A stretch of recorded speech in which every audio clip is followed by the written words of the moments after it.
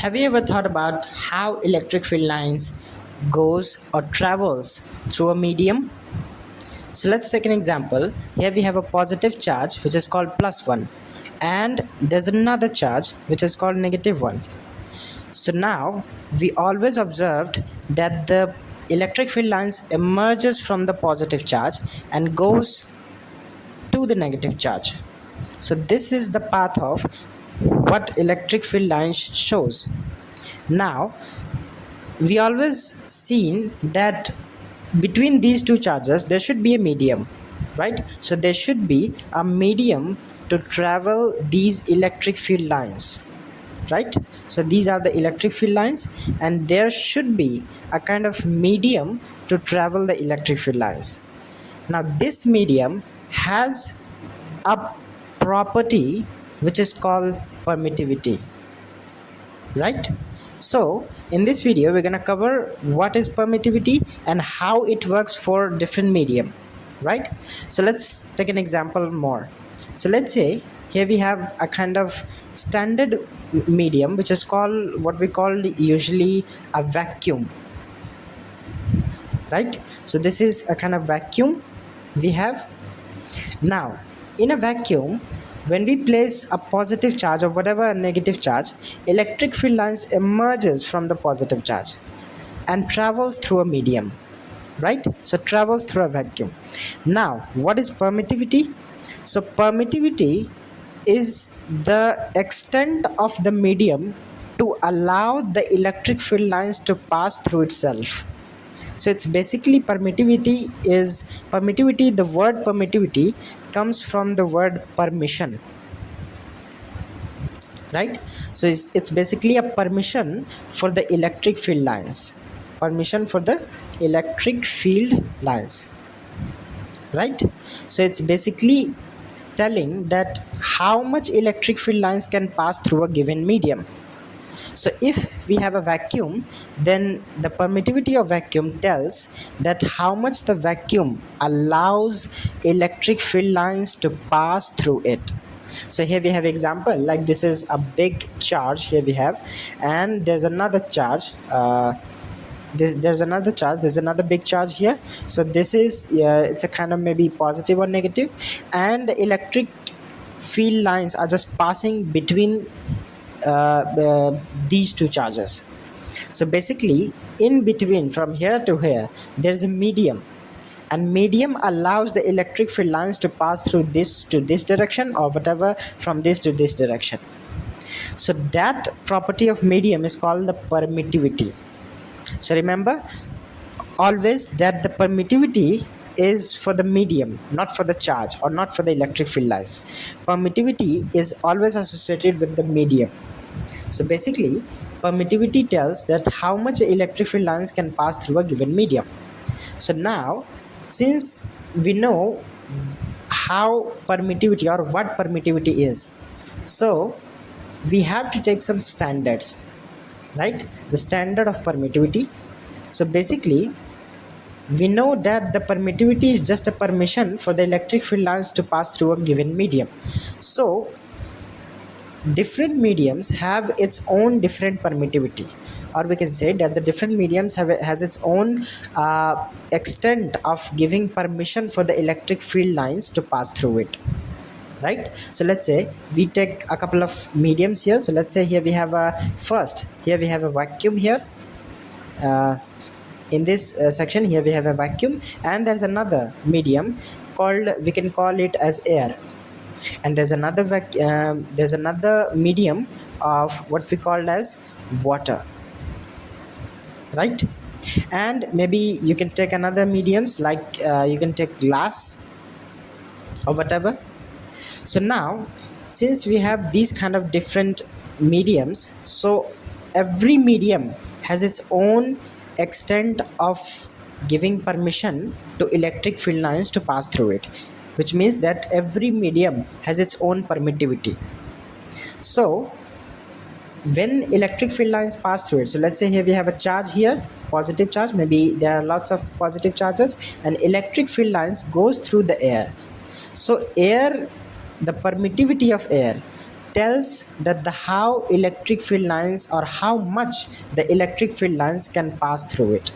Now the same electric field lines, if they go through the water, then the permittivity of water allows the electric field lines to pass through it, and how much extent, that will tell the permittivity of water.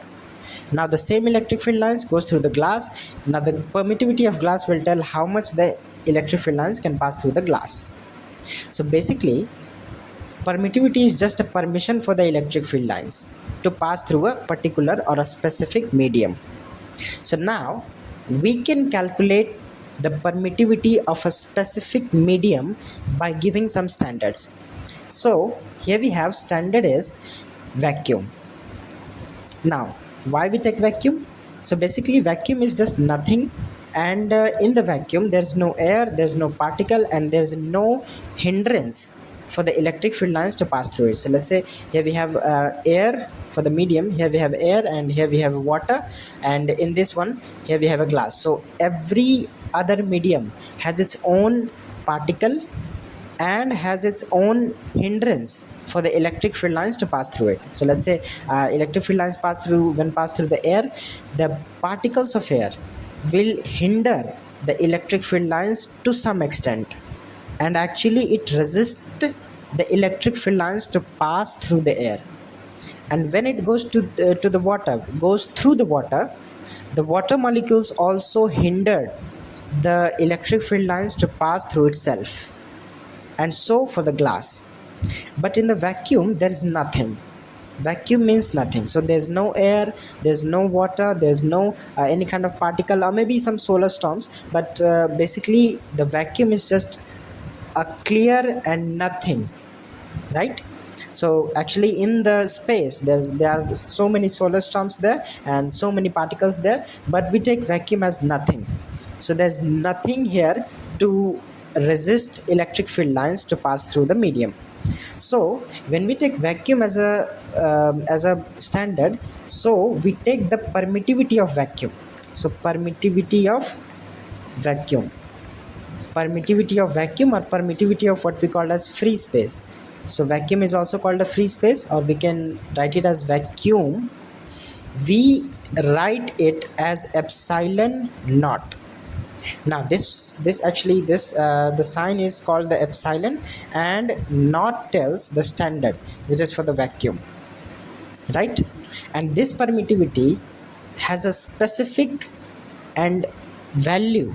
It has its own constant, which is epsilon naught is equal to 8.85 into 10 to the power minus 12 farad per meter, right? So this is the standard value of permittivity of free space. Now we are familiar with this term epsilon naught in the Coulomb's law. In the previous video we have learned that the Coulomb's law between Coulomb's law gives the force between two charges. So let's say here we have a q1 and q2. So we have learned that the force between two charges is given by the Coulomb's constant 1 by 4 pi epsilon naught q1 q2 by r square. So this term epsilon naught has appeared here in the Coulomb's constant k. So k is basically 1 by 4 pi epsilon naught, and this term epsilon naught is just what permittivity of free space, right? So this has its own specific value, and the specific value is written in front of you. So this is basically 8.85 into 10 to the power minus 12 farad per meter. Now we can calculate a kind of relative permittivity for different mediums. So this is our standard permittivity, what we called as from this we can calculate relative permittivity for different types of medium. So let's say for the air. Now first of all we want to study the relative permittivity. So relative permittivity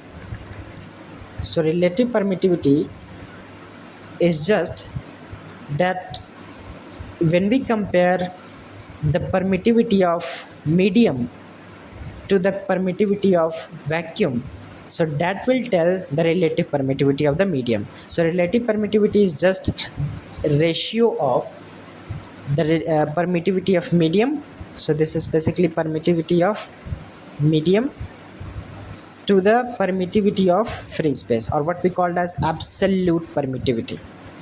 Absolute permittivity. Now what is absolute permittivity? Is just the permittivity of free space. So here what we call as standard, this can be also called the absolute, right? So this is absolute permittivity, which is epsilon naught. So the relative permittivity for the medium is just, we can write it as ER. So this is ER is equal to the permittivity of medium EM over the epsilon naught, right? Now we can calculate the relative permittivity for the different mediums. So let's say first for the air.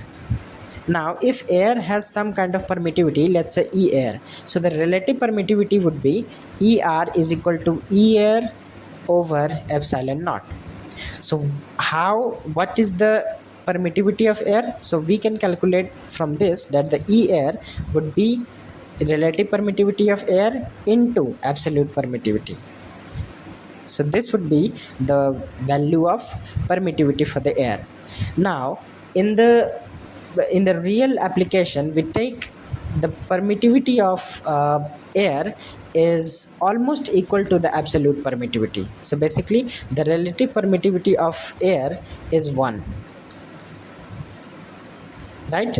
Or we can also say that the permittivity of air is approximately equal to the permittivity of free space, so which is equal to epsilon naught. Now for the other terms, like here we have kind of water. So for the water we can write the permittivity. So the relative permittivity would be E water over epsilon naught, and also we can write it as E water is equal to ER into epsilon naught, right? So this is kind of relative permittivity for water. And for your information, the relative permittivity of water is basically 80, right? Now for the different mediums we can calculate the relative permittivity of different. So now after knowing the concept of relative permittivity, we can write it the Coulomb's law. The Coulomb's law, we can use it in a Coulomb's law, that the force of attraction between these two charges, the two charges, electric charges, can be written as 1 by 4 pi. Now here what epsilon naught is written, we can write epsilon naught as, so this is basically q1 q2 by r square. So this epsilon naught can be written as 1 by 4 pi for any medium em into epsilon naught, right? Oh sorry, this is what we called as relative permittivity of the medium into epsilon naught, q1 q2 over r square.